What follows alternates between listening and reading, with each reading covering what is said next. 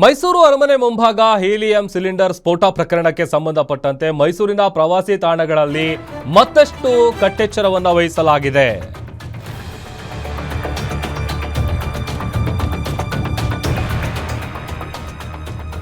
ಅರಮನೆ ಮುಂಭಾಗ ನಡೆದಂತಹ ಹೀಲಿಯಂ ಸಿಲಿಂಡರ್ ಬ್ಲಾಸ್ಟ್ ಪ್ರಕರಣಕ್ಕೆ ಸಂಬಂಧಪಟ್ಟಂತೆ ಮೈಸೂರಿನ ಪ್ರವಾಸಿ ತಾಣಗಳಲ್ಲಿ ಮತ್ತಷ್ಟು ಕಟ್ಟೆಚ್ಚರ ವಹಿಸಲಾಗಿದೆ. ಮೈಸೂರು ಅರಮನೆ ಒಳಗೆ ಶ್ವಾನದಿಂದ ತಪಾಸಣೆ ನಡೆಸಲಾಗಿದೆ.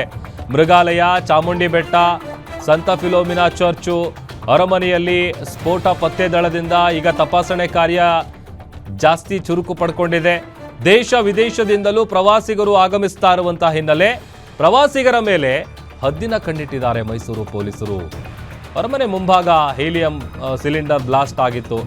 ಹೀಗಾಗಿ ಮೈಸೂರಿನ ಪ್ರವಾಸಿ ತಾಣಗಳೇನಿದೆ ಅಲ್ಲಿ ಈಗ ಮತ್ತಷ್ಟು ಕಟ್ಟೆಚ್ಚರವನ್ನು ವಹಿಸಲಾಗಿದೆ. ಅದರ ಜೊತೆಗೆ ಈಗ ಅಲ್ಲಿಗೆ ಬರುವಂಥ ಪ್ರವಾಸಿಗರ ಬ್ಯಾಗು ಪ್ರತಿಯೊಂದು ಕೂಡ ಚೆಕಿಂಗ್ ಮಾಡುವಂಥ ಕೆಲಸಗಳಾಗ್ತಾ ಇದೆ. ಅದರ ಜೊತೆಗೆ ಈಗ ಅರಮನೆಯ ಒಳಗೆ ಶ್ವಾನದಳ ಆಮೇಲೆ ಸ್ಫೋಟ ಪತ್ತೆ ದಳದಿಂದಲೂ ಕೂಡ ತಪಾಸಣೆ ಮಾಡುವಂಥ ಕೆಲಸವನ್ನು ಜಾಸ್ತಿ ಮಾಡಲಾಗ್ತಾ ಇದೆ. ಪ್ರತಿನಿತ್ಯ ಅರಮನೆಯಲ್ಲಿ ತಪಾಸಣೆಯನ್ನು ನಡೆಸಲಾಗ್ತಾ ಇದೆ. ಅನುಮಾನಾಸ್ಪದ ವ್ಯಕ್ತಿಗಳನ್ನು ವಿಚಾರಣೆಗೊಳಪಡಿಸುವಂಥ ಕೆಲಸ ಆಗ್ತಾ ಇದೆ. ಅದರಲ್ಲಿ ಅರಮನೆ, ಮೃಗಾಲಯ, ಚಾಮುಂಡಿ ಬೆಟ್ಟ, ಚರ್ಚು, ಇನ್ನು ಬೇರೆ ಬೇರೆ ಜಾಗದಲ್ಲೂ ಕೂಡ ತಪಾಸಣೆ ಮಾಡುವಂಥ ಕೆಲಸಗಳು ನಡೀತಾ ಇದೆ. ಹೆಚ್ಚಿನ ಸಂಖ್ಯೆಯಲ್ಲಿ ಒಂದು ಕಡೆ ಮೈಸೂರಿಗೆ ಪ್ರವಾಸಿಗರು ಆಗಮಿಸ್ತಾ ಇದ್ದಾರೆ. ಅದರಲ್ಲೂ ದೇಶ ವಿದೇಶಗಳಿಂದ ಬರ್ತಾ ಇದ್ದಾರೆ. ಹಾಗಾಗಿ ಎಲ್ಲ ಪ್ರವಾಸಿಗರ ಮೇಲೆ ಮೈಸೂರಿನ ಪೊಲೀಸರು ಹದ್ದಿನ ಕಣ್ಣಿಟ್ಟಿದ್ದಾರೆ. ಯಾವುದೇ ಅಹಿತಕರ ಘಟನೆ ನಡೆಯದಂತೆ ಸಂಪೂರ್ಣವಾಗಿ ಕಟ್ಟೆಚ್ಚರ ವಹಿಸಿದ್ದಾರೆ.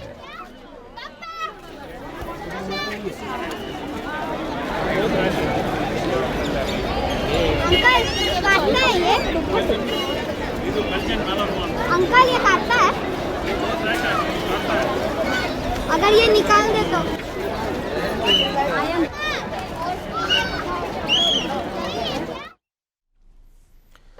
ಕಂಪ್ಲೇಂಟ್ ಕೊಡಲು ಹೋದವಳನ್ನೇ ಲಾಕ್ ಮಾಡಿದಾನೆ ಪೊಲೀಸಪ್ಪ. ಕಂಪ್ಲೇಂಟ್ ಕೊಡೋಕೆ ಹೋಗಿ ಖಾಕಿ ಪ್ರೀತಿಯಲ್ಲಿ ಬಿದ್ದಿದ್ದಾಳೆ ಲೇಡಿಯೊಬ್ಳು. ಬಸವನ ಬಾಗೇವಾಡಿ PSI ವಿರುದ್ಧ ಒಂದು ಗಂಭೀರ ಆರೋಪ ಕೇಳಿಬರ್ತಾ ಇದೆ.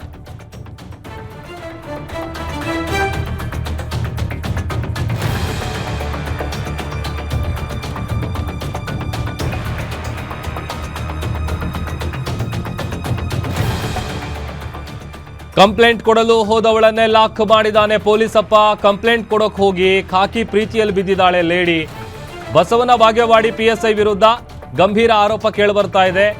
ಅನುರಾಧ ಎಂಬಾಕೆಯ ಜೊತೆ PSI ಮನೋಹರ್ ಅಕ್ರಮ ಸಂಬಂಧದ ಆರೋಪ ಕೇಳಿಬರ್ತಾ ಇದೆ. PSI ವಿರುದ್ಧ ಗೃಹಿಣಿ ಕುಟುಂಬಸ್ಥರು ಈ ತರದ ಆರೋಪ ಮಾಡ್ತಾ ಇದ್ದಾರೆ. ತನ್ನ ಪತ್ನಿಯ ಜೊತೆ PSI ಅಕ್ರಮ ಸಂಬಂಧ ಹೊಂದಿದ್ದಾನೆ ಅಂತ ಪತಿ ಮಾಡ್ತಾ ಇರುವಂತ ಆರೋಪ ಇದು. 5 ವರ್ಷದ ಹಿಂದೆ ಆಲಮೇಲ ಠಾಣೆಯಲ್ಲಿ ASI ಆಗಿರ್ತಾರೆ ಮನೋಹರ್. ಆಗ ಕುಟುಂಬ ಕಲಹ ಹಿನ್ನೆಲೆ ಕಂಪ್ಲೇಂಟ್ ಕೊಡೋದಕ್ಕೆ ಅನುರಾಧ ಅವರು ಹೋಗಿದ್ರಂತೆ. ಈ ವೇಳೆ ಮನೋಹರ್ ಹಾಗೂ ಅನುರಾಧ ನಡುವೆ ಲವ್ ಆಗಿದೆ. ಸದ್ಯ PSI ಮನೋಹರ್ ಜೊತೆಯೇ ಅನುರಾಧ ಇದ್ದಾರೆ. ನನಗೆ ನ್ಯಾಯ ಬೇಕು, ಹೆಂಡತಿ ಬೇಕು ಅಂತ ಪತಿ ಭೀಮಾಶಂಕರ್ ಒತ್ತಾಯ ಮಾಡ್ತಾ ಇದ್ದಾರೆ. ಹಿಂದೆ ಯಾವುದೋ ಒಂದು ಕಂಪ್ಲೇಂಟ್ ಕೊಡುವಂಥ ವಿಚಾರವಾಗಿ ಸ್ಟೇಷನ್ಗೆ ಹೋದಂಥ ಸಂದರ್ಭದಲ್ಲಿ ಆಗ ಆ ಪೊಲೀಸಪ್ಪನ ಬಲೆಗೆ ಯಾಕೆ ಬಿದ್ದಿದ್ದಾಳೆ. ಇಬ್ಬರಿಗೂ ಕೂಡ ಪ್ರೇಮಾಂಕುರ ಆಗಿದೆ. ಅದಾದಮೇಲೆ ಸದ್ಯ ಈಗ ಆತನೊಟ್ಟಿಗೆ ಅನುರಾಧ ಇರೋದು. ಹೀಗಾಗಿ ಈತ ಪತಿ ನನಗೆ ನ್ಯಾಯ ಬೇಕು, ಹೆಂಡತಿ ಬೇಕು ಅಂತೇಳಿ ಭೀಮಾಶಂಕರ್ ಅನುರಾಧ ಅವರ ಪತಿ ಈಗ ಡಿಮ್ಯಾಂಡ್ ಮಾಡ್ತಾ ಇದ್ದಾರೆ.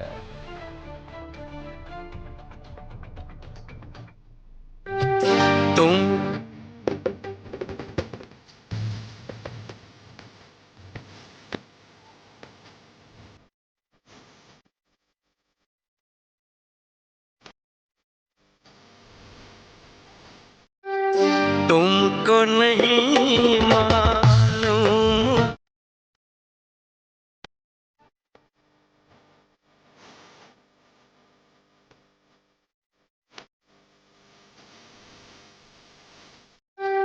तुमको ನಂದು ಮದುವೆಯಾಗಿ 10 ವರ್ಷ ಆಯಿತು.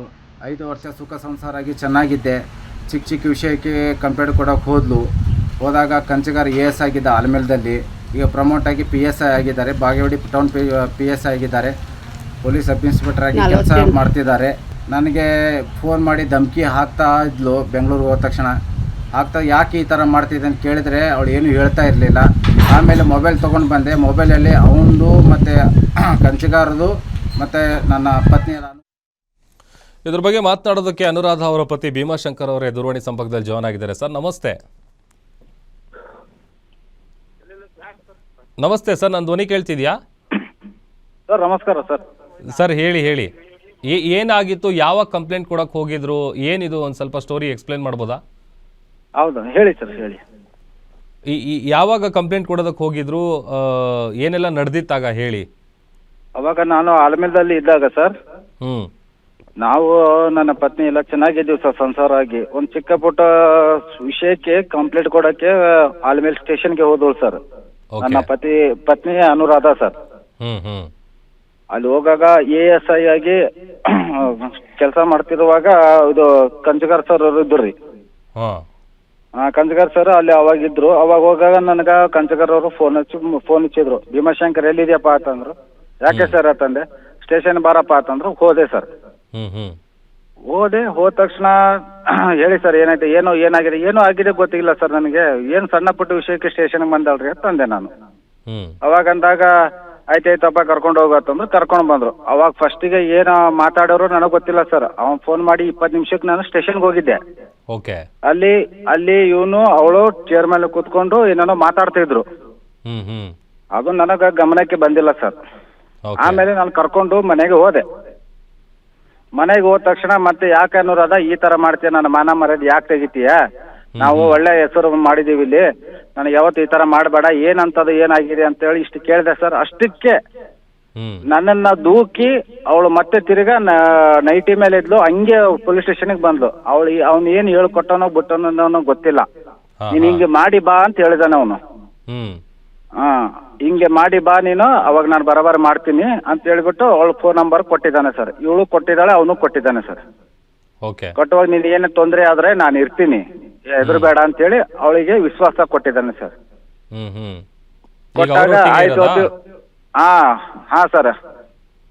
ನಿಮ್ಮ ವೈಫ್ ಹತ್ರ ನೀವು ಮಾತಾಡಿಲ್ವಾ? ಅವ್ರಿಗೆ ಕರೆದ್ರೆ ಏನಂತಾರೆ? ಇಲ್ಲ ಸರ್, ಮಾತಾಡಿಲ್ಲ ಸರ್. ಬರೋದಿಲ್ಲ ಅಂತಾಳೆ ನನಗೆ. ಅವಳೇನೋ ಮದುವೆ ಆಗಿದ್ದೀನಿ ಅಂತ ಹೇಳ್ತಾಳೆ. ನಾನು ಹೇಳ್ತಾ ಇಲ್ಲ, ಇದು ನನ್ನ ಮಗ ಹೇಳ್ತಿದ್ದಾನೆ.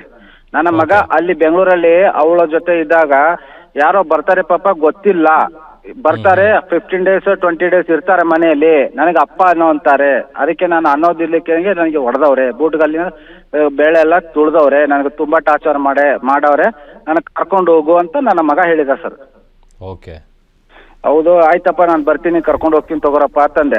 ಅಂದ ತಕ್ಷಣ ನಾನು ಅವಳು ಫೋನ್ ಮೇಲೆ ಫೋನ್ ಧಮಕಿ ಹಾಕೋದು ಅದು ಮಾಡೋದು. ಅವತ್ತು ನೈಟು ಪೊಲೀಸ್ ಸ್ಟೇಷನ್ ಇಂದಾನೆ ಇವನು ಒಂದು ಮಹಿಳೆಗೆ ತಗೊಂಡೋಗಿ ಬಿಜಾಪುರ್ಗೆ ಸ್ವಂತ ಕಾರದಲ್ಲಿ ಕರ್ಕೊಂಡು ಹೋಗಿ ಬಿಡ್ತಾನೆ ಸರ್. ನನ್ನ ಹೆಂಡತಿ ಅಕ್ಕ ಬಿಜಾಪುರಲ್ಲಿ ಇರ್ತಾಳೆ, ರೇಣುಕಾ ಅನ್ನೋಳು, ಅವಳು ಅನುರಾಧವಳ ಅಕ್ಕ. ಅವ್ರ ಮನೆ ಇರುತ್ತೆ ಸರ್. ಅಲ್ಲಿ ಹೋಗಿ ಇವನೇ ಸ್ವತಃ ಬಿಟ್ಟು ಬರ್ತಾನೆ. ಇವನಿಗೆ ಏನ್ ಅಧಿಕಾರ ಇದೆ ಬಿಡೋಕೆ? ಬಾರಮ್ಮ ಅಂತಂದ್ರೆ ಅವ್ರು ಬರ್ಲಿಲ್ಲ. ಇವಳು ಏನೋ ಪುಸಲಾಯಿಸ್ಬಿಟ್ಟಾನೆ ಅವಾಗೆ.